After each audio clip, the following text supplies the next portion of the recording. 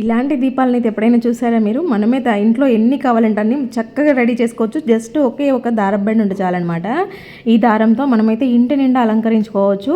ఎన్ని లైట్స్ కావాలంటే అన్ని లైట్స్ ఈ దీపావళికి జస్ట్ సింపుల్గా మనకి ఎంత హైట్లో కావాలో దారాలు చూసుకొని, అవి కూడా నేను 4 తీసుకున్నాను, 4 వరుసలు తీసుకున్నాను. మీరు 3 వరుసలైనా తీసుకోవచ్చు. మీరు పెట్టే దీపాన్ని బట్టి మీరు తీసుకోవాల్సి ఉంటుందన్నమాట.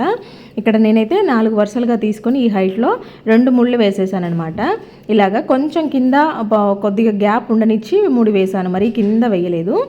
చూపిస్తాను చూడండి. ఇలాగా నేనైతే 3 రెడీ చేశాను మీకు చూపించడానికి అనేసి.